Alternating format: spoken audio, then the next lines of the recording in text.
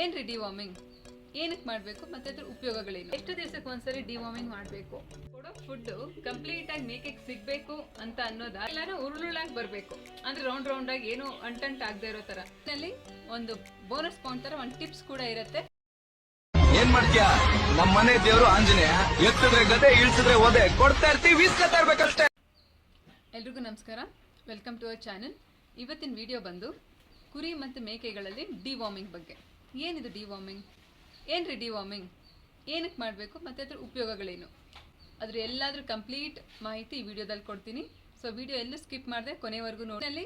ಒಂದು bonus point ಥರ ಒಂದು ಟಿಪ್ಸ್ ಕೂಡ ಇರುತ್ತೆ. ಸೊ ವಿಡಿಯೋ ಮಿಸ್ ಮಾಡಬೇಡಿ. ಹಾಗೆ ಯಾರ್ಯಾರು ಹೊಸದಾಗಿ ನಮ್ಮ ಚಾನಲ್ ನೋಡ್ತಾ ಇದ್ದೀರಾ, ಚಾನಲ್ ಸಬ್ಸ್ಕ್ರೈಬ್ ಮಾಡ್ಕೊಳ್ಳಿ. ಹಾಗೆ ನಮ್ಮ ವಿಡಿಯೋಸ್ನ ನೋಟಿಫಿಕೇಷನ್ಗೋಸ್ಕರ ಬೆಲ್ ಬಟನ್ ಕ್ಲಿಕ್ ಮಾಡಿ. ಮೊದಲನೇದಾಗಿ ಏನಿದು ಡಿವಾರ್ಮಿಂಗ್? ವಾರ್ಮ್ಸ್ ಅಂದರೆ ಹುಳುಗಳು, ಪ್ಯಾರಾಸೈಟ್ಸ್ ಅಂತ ಹೇಳ್ತೀವಿ. ಅದನ್ನು ಡಿಮೈಸ್ ಮಾಡೋ ಪ್ರಾಸೆಸ್ಗೆ ಡಿವಾರ್ಮಿಂಗ್ ಅಂತ ಹೇಳ್ತೀವಿ. ಪ್ಯಾರಾಸೈಟ್ಸ್ ಪರಾವಲಂಬಿಗಳು, ಅಂದರೆ ತನಗೆ ತಾನು ಸ್ವಂತವಾಗಿ ಅದು ಜೀವನ ಮಾಡೋಕ್ಕಾಗೋದಿಲ್ಲ. ಸೊ ಬೇರೆ ಜೀವಿಗಳ ಮೇಲೆ ಆಧಾರಿತವಾಗಿಯೇ ತನ್ನನ್ನು ತಾನು ಸರ್ವೈವ್ ಮಾಡ್ಕೊಳ್ಳೋಕ್ಕಾಗೋದು. ಸೊ ಅಂಥವು ಪರಾವಲಂಬಿಗಳು ಅಂತ ಹೇಳ್ತೀವಿ. ಇದು ಮೇಕೆ ಮತ್ತು ಕುರಿಗಳಲ್ಲಿ, ಈವನ್ ಮನುಷ್ಯರಲ್ಲೂ ಕೂಡ ಸರ್ವೇ ಸಾಮಾನ್ಯವಾದದ್ದು. ಸೊ ಈಗ ತುಂಬ ಜನ ಕೇಳ್ತಾ ಇರ್ತೀರ, ನಾವು ಮೇಕೆ ಅಥವಾ ಟಗರು ಏನು ಸಾಕ್ತಾ ಇದ್ದೀವಿ, 8 ತಿಂಗಳಾಯಿತು, ಆದರೂ ಕೂಡ ನಾವು ಎಕ್ಸ್ಪೆಕ್ಟ್ ಮಾಡ್ತಾ ಇರೋಷ್ಟು ತೂಕ ಬರ್ತಾ ಇಲ್ಲ ಅಂತ. ಅದಕ್ಕೆಲ್ಲ ಮೇನ್ ರೀಸನ್ ಏನು ಅಂತಂದರೆ ಡಿವಾರ್ಮ್ ಮಾಡದೇ ಇರೋದು.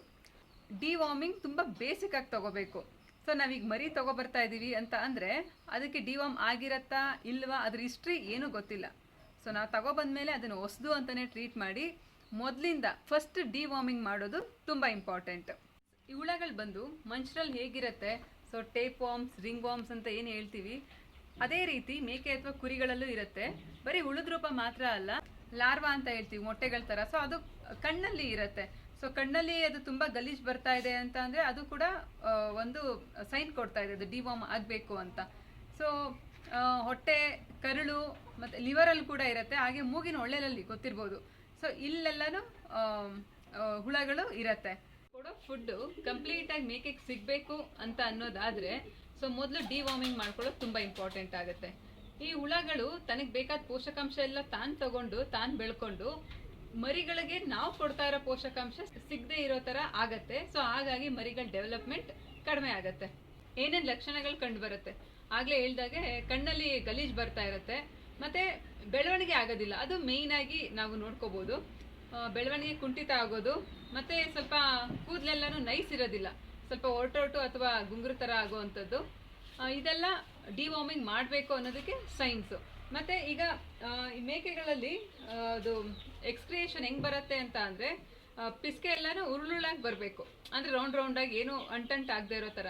ಅದು ಏನಾದರೂ ಒಂದು ತೊಪ್ಪೆ ಥರ ಬರ್ತಾ ಇದೆ ಅಥವಾ ಒಂದಕ್ಕೊಂದು ಅಂಟ್ಕೊಂಡು ಪೋಣಿಸ್ತಿರೋ ಥರ ಬರ್ತಾ ಇದೆ ಅಂತ ಅಂದರೆ ಅದು ಡಿವಾರ್ಮಿಂಗ್ ಮಾಡಬೇಕು ಅಂತ ಅದು ಒಂದು ಸೈನ್. ಈಗ ಡಿವಾರ್ಮಿಂಗ್ ಯಾವಾಗ ಮಾಡಬೇಕು? ಸೊ ಮರಿ ತಗೊಬಂದಿದ್ದು ಮಾರನೇ ದಿವಸನೇ ಯೂಶಲಿ ಡಿವಾರ್ಮಿಂಗ್ ಮಾಡಿಬಿಟ್ರೆ ಒಳ್ಳೆಯದು. ಮತ್ತು ಡಿವಾರ್ಮಿಂಗ್ ಆದಮೇಲೆ ವ್ಯಾಕ್ಸಿನೇಷನ್ ಮಾಡಿಕೊಂಡ್ರೆ ಒಳ್ಳೆಯದಾಗುತ್ತೆ.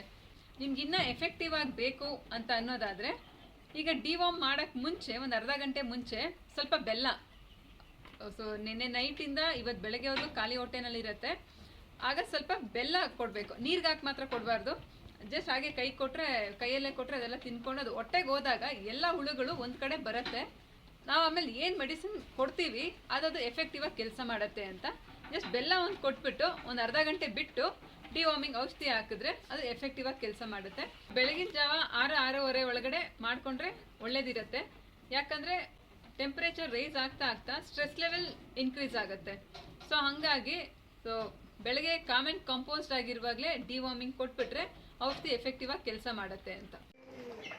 ನೀವೀಗ ನಾಳೆ ಡಿವಾರ್ಮ್ ಮಾಡ್ತೀವಿ ಅನ್ನೋದಾದರೆ ಪ್ರೀವಿಯಸ್ ಡೇ ನೀವು ಸಂಜೆ ಏನು ಮೇವು ಹಾಕ್ತೀರಾ ಅದೆಲ್ಲ ಕ್ಲಿಯರ್ ಮಾಡಿಬಿಡ್ಬೇಕು. ಫೀಡರಲ್ಲಿ ಏನು ಉಳಿಸ್ಬಾರ್ದು, ಎಲ್ಲ ಕ್ಲಿಯರ್ ಮಾಡಿ. ಈವನ್ ನೀರದ್ದು ಟಬ್ಗಳು ಏನಿಟ್ಟಿರ್ತೀರ ಅದು ಕೂಡ ತೆಗೆದುಬಿಡಬೇಕು. ನೋಡಿ ಎಲ್ಲ ಖಾಲಿ ಇದೆ ನಮ್ಮದು.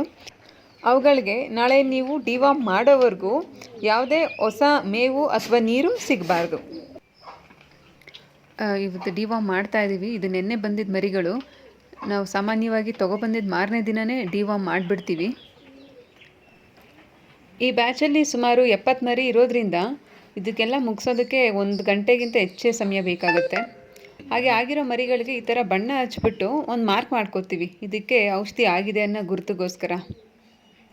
ಇದು ಒಂದೇ ಮಂದೆನಲ್ಲಿ ತೊಗೊಂಡಿರೋ ಮರಿಗಳಾದರೂ ಸಹ ಇದರಲ್ಲಿ ತುಂಬ ಸೈಜ್ ವೇರಿಯೇಷನ್ಸ್ ಇತ್ತು, ದೊಡ್ಡದು ಚಿಕ್ಕದು ಎಲ್ಲ.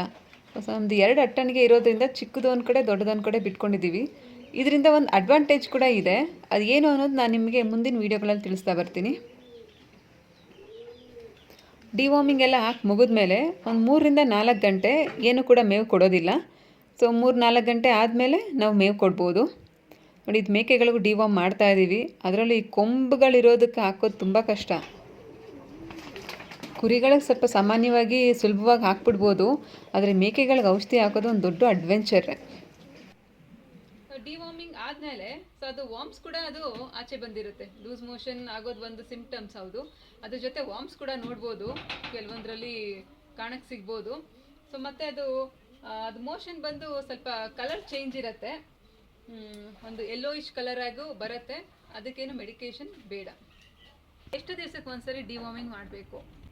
ಈಗ ಕೆಂಗುರಿ ಬ್ಯಾಚ್ ಎಲ್ಲ 2ರಿಂದ 2.5 ತಿಂಗಳು ನಡೆಯೋದ್ರಿಂದ ಸೊ ಒಂದ್ಸರಿ ಡಿವಾರ್ಮಿಂಗ್ ಮಾಡಿದ್ರೆ ಸಾಕಾಗತ್ತೆ. ಬಕ್ರೀದ್ ಕುರಿ ಸಾಕೋರಿಗೆ ಗೊತ್ತಿರುತ್ತೆ. ಸೊ ಅದೆಲ್ಲ ಬಂದು 60-70 70-80 kg ಮೇಲೆ ಇರುತ್ತೆ.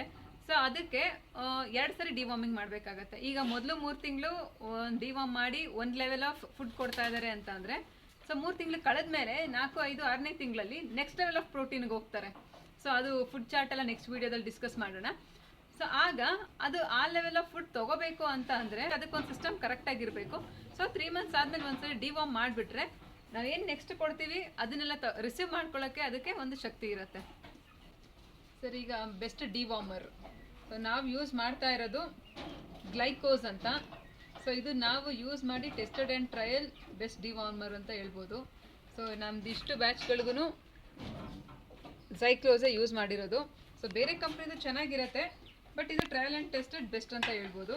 ಮತ್ತು ಇದು ಡೋಸೇಜ್ ಇದೆ, 15 kg ಬಾಡಿ ವೆಯ್ಟ್ಗೆ 1 ml ಕೊಡಬೇಕು. ಈಗ ಫಾರ್ ಎಕ್ಸಾಂಪಲ್ ನಿಮ್ಮ ಮರಿ 10ರಿಂದ 15 kg ಇತ್ತು ಅಂತ ಅಂದರೆ 1 ml ಬಾಯಿಗೆ ಓರಲಿ ಕೊಡಬೇಕಾಗತ್ತೆ. ಡಿವಾರ್ಮಿಂಗ್ ಎಲ್ಲ ಮೆಡಿಸಿನ್ಸು ಸಿರಪ್ ರೂಪದಲ್ಲೇ ಬರೋದು.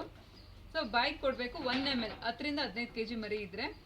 ಸೊ ನಿಮ್ಮದು 20 kg ಮೇಲಿತ್ತು ಅಂತ ಅಂದರೆ 2 ml ಕೊಡಬೇಕಾಗತ್ತೆ. ಬಾಡಿ ವೆಯ್ಟ್ ಮೇಲೆ ಡಿವಾರ್ಮಿಂಗ್ ಮಾಡ್ಕೋಬೇಕಾಗತ್ತೆ. ಮತ್ತು ಡಿವಾರ್ಮಿಂಗ್ ಓವರ್ ಡೋಸ್ ಕೂಡ ಆಗೋಂಗಿಲ್ಲ. ಸೊ ಅದು ಆರ್ಗನ್ಸ್ಗೆ ಎಫೆಕ್ಟ್ ಬೀಳತ್ತೆ. ನೀವು ಡಿವಾರ್ಮ್ ಮಾಡ್ತಾ ಇದ್ದೀರಾ ಅಂತ ಅಂದರೆ ಒಂದು ಕಂಪಾರ್ಟ್ಮೆಂಟ್ ಥರ ಇದ್ದರೆ ಒಳ್ಳೆಯದು. ಸೊ ಒಂದು ಡಿವಾರ್ಮ್ ಮಾಡಿ ಒಂದು ಕಡೆ ಕಳಿಸ್ತಾ ಇರ್ಬೋದು. ಇಲ್ಲ ಅಂತ ಅಂದರೆ ಏನಾದರೂ ಒಂದು ಮಾರ್ಕ್ ಮಾಡ್ಕೋಬೇಕಾಗತ್ತೆ. ಇಬ್ರು ಇದ್ಕೊಂಡು ಒಬ್ರು ಡಿವಾರ್ಮ್ ಮಾಡಿದ್ರು ಕೂಡ ಅದಕ್ಕೆ ಮಾರ್ಕ್ ಮಾಡಿಕೊಂಡು ಅದನ್ನು ಗುರ್ತಿಟ್ಕೊಳ್ಳೋಕ್ಕಷ್ಟೇ ಅದು. ಯಾಕಂದರೆ ಡಬಲ್ ಡೋಸೇಜ್ ಆಗೋ ಹಂಗಿಲ್ಲ ಡಿವಾರ್ಮಿಂಗ್. ಇದಿಷ್ಟು ಡಿವಾರ್ಮಿಂಗ್ ಬಗ್ಗೆ ವಿಡಿಯೋ ಆಯಿತು. ಇನ್ನು ಮುಂದಿನ ವಿಡಿಯೋಗಳಲ್ಲಿ ಮೇಕೆ ಮತ್ತು ಕುರಿಗಳ ಬಗ್ಗೆ ಆಹಾರದ ಕ್ರಮ, ವ್ಯಾಕ್ಸಿನೇಷನ್ ಮತ್ತು ಅಟ್ಟಣಿಗೆ ಯಾವ ರೀತಿ ಮಾಡ್ಕೊಂಡಿದ್ದೀವಿ ಎಲ್ಲಾದರೂ ವಿಡಿಯೋ ಹಾಕ್ತಾ ಇರ್ತೀವಿ. ಇವತ್ತಿನ ಈ ವಿಡಿಯೋ ನಿಮ್ಗೆ ಇಷ್ಟ ಆಗಿದ್ರೆ ಲೈಕ್ ಮಾಡಿ, ಶೇರ್ ಮಾಡಿ ಮತ್ತು ಸಬ್ಸ್ಕ್ರೈಬ್ ಮಾಡ್ಕೊಳ್ಳಿ ಚಾನಲ್ನ.